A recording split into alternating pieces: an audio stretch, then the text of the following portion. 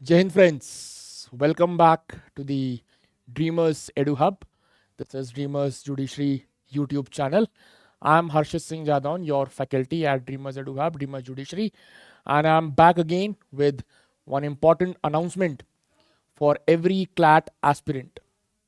So as you know, in the last video, which I had shared, wherein मैंने जहाँ पे अपना आपको एक बैच की इंफॉर्मेशन दी थी कि हम लोग जितने भी क्लैट एस्पिरेंट्स हैं जो क्लैट की परीक्षा देना चाह रहे हैं और वो वीडियो 10th 11th 12th के बाद जिन्होंने ड्रॉप लिया है उन सभी के लिए थी कि हम एक अपना क्लैट का बैच हमने शुरू किया है मिशन NLU 2026।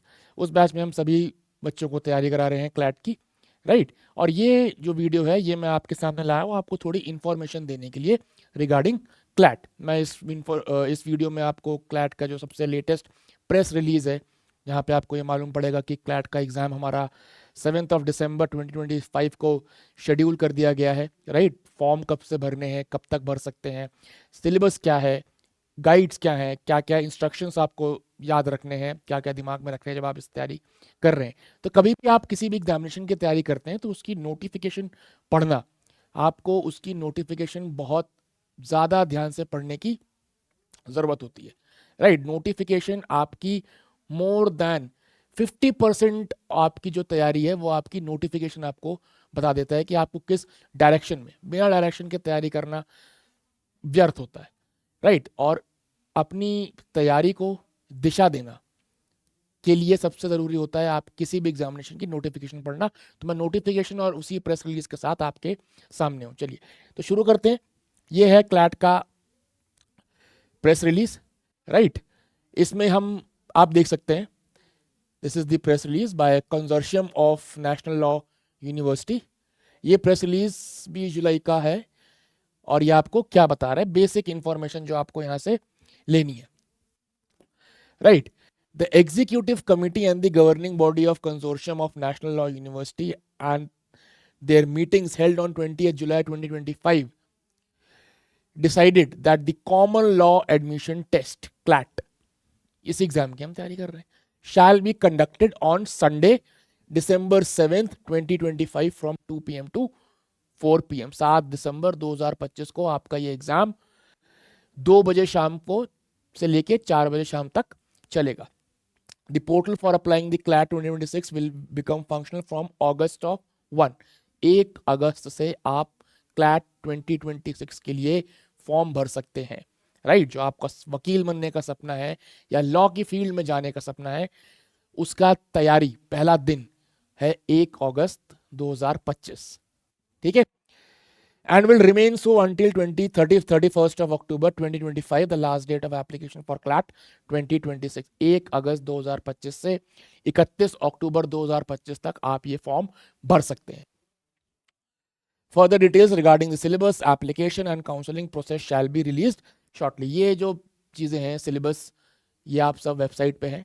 अभी हम वेबसाइट पे चलेंगे तो ये इस नोटिफिकेशन से जो प्रेस रिलीज है कंजोर्शियम का NLUs का, इन्होंने आपको 2 इन्फॉर्मेशन दे दी कि एक तो आपका एग्ज़ाम 7 दिसंबर 2025 को शाम को 2 बजे से 4 बजे के बीच होगा और इसके जो फॉर्म भरने हैं ये 1 अगस्त 2025 शुरू होंगे और 31 अक्टूबर 31st ऑफ अक्टूबर 2025 तक चलेंगे।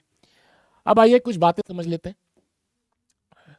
इससे पहले कि हम आगे बढ़ें। वेबसाइट वगैरह पे जाएं, सिलेबस देखें। थोड़ी चीज़ें हैं जो मैं आपको बताना चाहूँगा। तो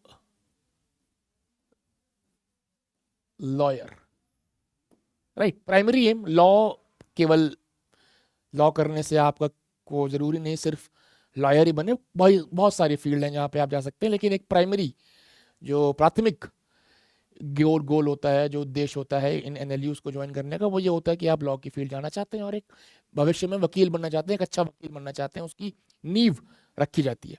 उसके लिए एग्जाम आप कौन सा दे रहे हैं? CLAT, common law admission test. अब एक वकील बनने के लिए क्या क्या ज़रूरी होता है? एक वकील बनने के लिए आप देखिए तो सीधी सी बात है भाई, कानून तो आना ही चाहिए, लॉ का ज्ञान होना चाहिए, ठीक है। आप बड़े कोर्ट्स में, हाई कोर्ट्स में, हायर कोर्ट्स में जाते हैं प्रैक्टिस करने, सुप्रीम कोर्ट में जाने चाहिए तो आपकी इंग्लिश पे कमांड होनी चाहिए।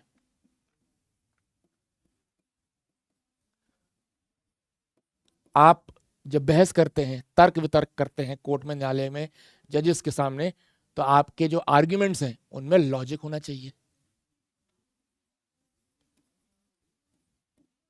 राइट। और ये तीन चीज, इसके अलावा आपको देश विदेश की जानकारी होनी चाहिए, जिसको हम करंट अफेयर्स कहते हैं, ठीक है। एक अच्छा वकील तब बनता है, एक इंसान, एक लॉ ग्रेजुएट एक अच्छा वकील तब बन पाता है जब उसको एक होलिस्टिक अंडरस्टैंडिंग, एक कॉम्प्रिहेंसिव अंडरस्टैंडिंग मैं कहूंगा, जब उसको एक कॉम्प्रिहेंसिव अंडरस्टैंडिंग होती है सब चीजों की, ठीक है। और ये जो आप मेरे पीछे देख रहे हैं, current affairs, English, law, logical reasoning, यही सब आपके इस एग्जाम के, इस क्लैट के एग्जाम के सिलेबस में आता है, ठीक है। तो अच्छा वकील बनने के लिए तो मैंने आपको कहा, जैसे कि नोटिफिकेशन बहुत ज़रूरी है, तो नोटिफिकेशन में आपको ये सब चीज़ें मिलेंगी। आपके दिमाग में एक सवाल आता है कि ये सब एग्जाम में क्यों पूछते हैं, तो ये सब इसलिए पूछते हैं ताकि आप भविष्य में आपके एक अच्छे वकील बनने की नींव रखी जा सके। इस नींव को रखने के लिए ये बेसिक चीज़ें हैं जो आपको पता होनी चाहिए।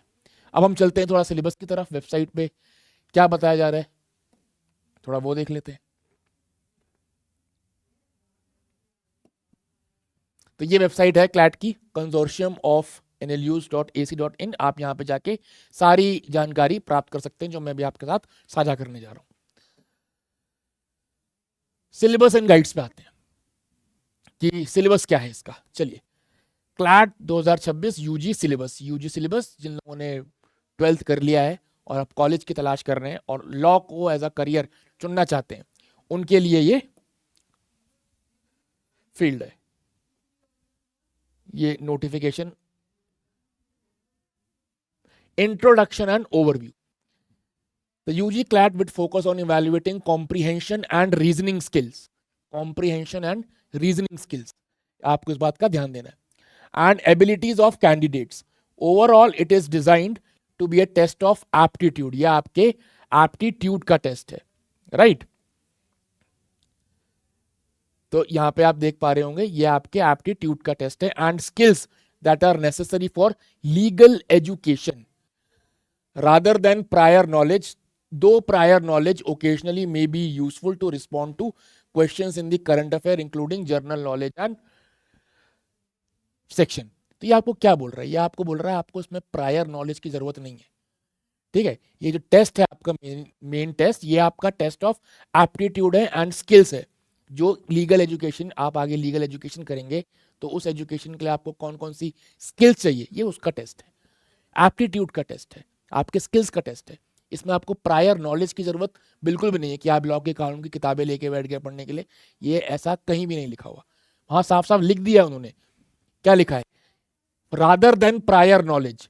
ये आपका टेस्ट ऑफ एप्टीट्यूड है, rather than prior knowledge.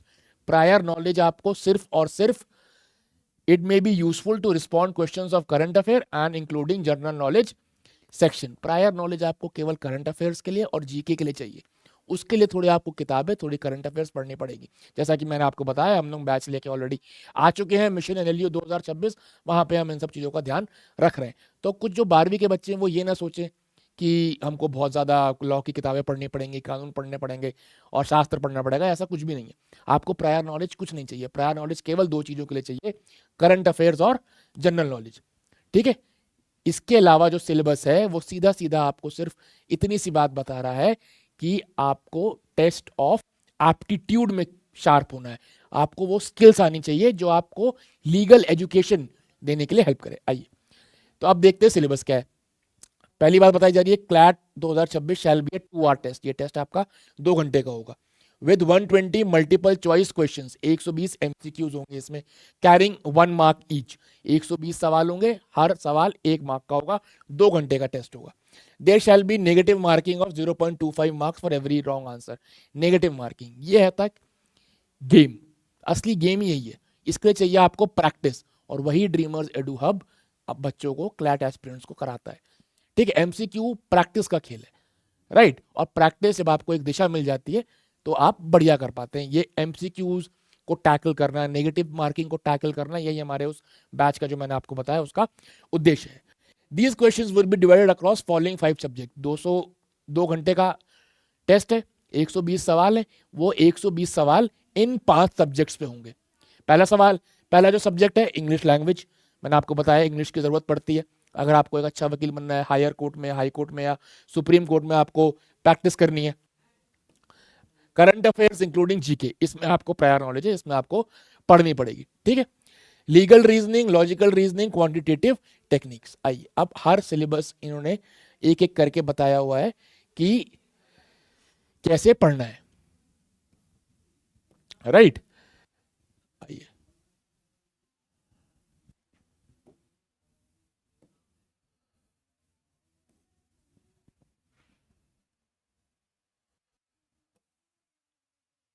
English language. In this section of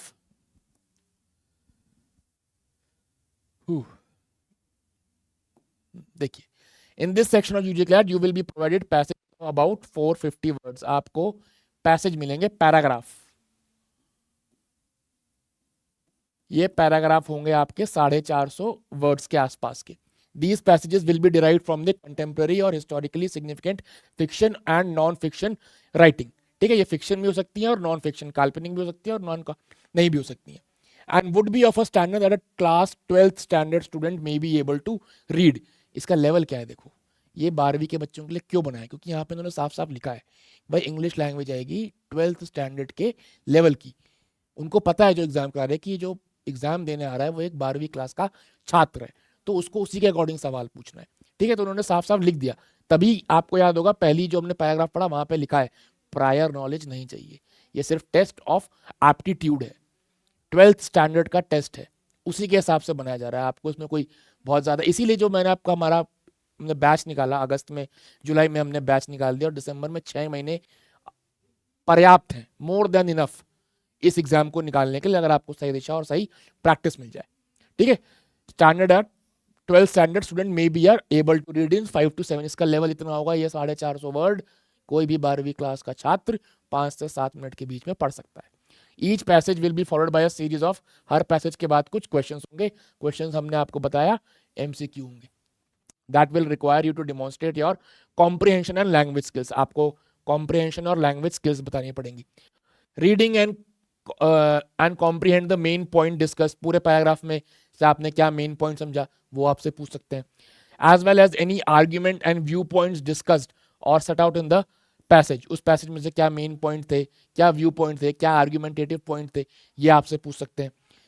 उस पैराग्राफ से आप क्या समझे, इन्फ्लुएंस मतलब आपका क्या कंक्लूजन था, right, based on the passage, क्या सार था उसका, क्या समरी थी, क्या इन्फ्लुएंस था, आप क्या समझे उससे, ठीक है। Summarise the passage, compare and contrast the different arguments, क्या हो सकता है उस पैसेज में 2 से ज्यादा आर्ग्यूमेंट्स की बात करी हो, 3 आर्ग्यूमेंट की बात करी हो, तो आप किस हद तक उनको समझ पाए, किस हद तक उनको क्लासीफाई कर पाए। Understand the meaning of various words, various word मतलब आ गया आपका वोकैबुलरी, यहाँ पे आपको वोकैब की बात करी जा रही है। And phrases in the context they are used in the passage. तो ये आपका इंग्लिश का था। आगे बढ़ते हैं। Current affairs including GK, current affairs including GK, अब ये है जिसके लिए आपको थोड़ी सी प्रिपरेशन करनी पड़ती है, इसके अलावा आपको किसी भी चीज की प्रिपरेशन करने की प्रायर नॉलेज नहीं चाहिए, मैं आपको बता चुका हूं। In this section you will be provided passages of up to 450 words each, इसमें भी आपको 450 वर्ड दिए जा रहे हैं। Passages will be derived from the news general, अब इसमें 450 वर्ड है, हो सकता है वो आपको किसी न्यूज़पेपर से दे दिए जाए, किसी जर्नलिस्टिक सोर्स से दे दिए जाए, या कोई और नॉन फिक्सिंग राइटिंग से। क्वेश्चंस में क्या क्या होगा, आपको एक लीगल इंफॉर्मेशन मिलेगी, भाई जो लीगल इंफॉर्मेशन दी है उसको आपको एग्जामिन करना पड़ेगा, और knowledge discussed in or related to the passage but would not require any, देखो ये बहुत मतलब इसको मेन पॉइंट है, ये बच्चे जो कुछ झिझकते हैं, हेजिटेट करते हैं इस एग्जाम को निकालने के लिए, उनके लिए समझना बहुत जरूरी है दैट इट वुड, ये जो एग्जाम है, जो परीक्षा है, it would not require any additional knowledge of law beyond the passage, passage को ही पढ़ना पर्याप्त होगा, आपको पहले से कोई भी लॉ की जानकारी नहीं चाहिए, ठीक है। और देखो जीके में क्या क्या पूछा जाएगा आपको, कंटेम्प्रेरी मतलब current affairs, significance from India in the world, तो वर्ल्ड की भी करंट अफेयर्स और इंडिया की भी, art and culture, international affairs और हिस्टोरिकल इवेंट। आते हैं तीसरे भाग पे, लीगल रीजनिंग। लीगल रीजनिंग, अभी लॉ का पेपर है तो लीगल रीजनिंग तो होगी, राइट। लीगल रीजनिंग में आओ, in this section you will be expected to read passages, इसमें फिर से 450 वर्ड आपको दे दिए जाएंगे। पैसेजेस में रिलेट टू फैक्ट्स, सिचुएशन और scenario, legal matter, public policy के क्वेश्चंस होंगे, राइट, या मॉरल फिलोसफिकल इंक्वायरीज होंगी। Each passage would be a series, her passage के बाद कुछ सवाल पूछे जाएंगे, उसमें आपको 2-3 चीजें ध्यान रखनी पड़ेंगी।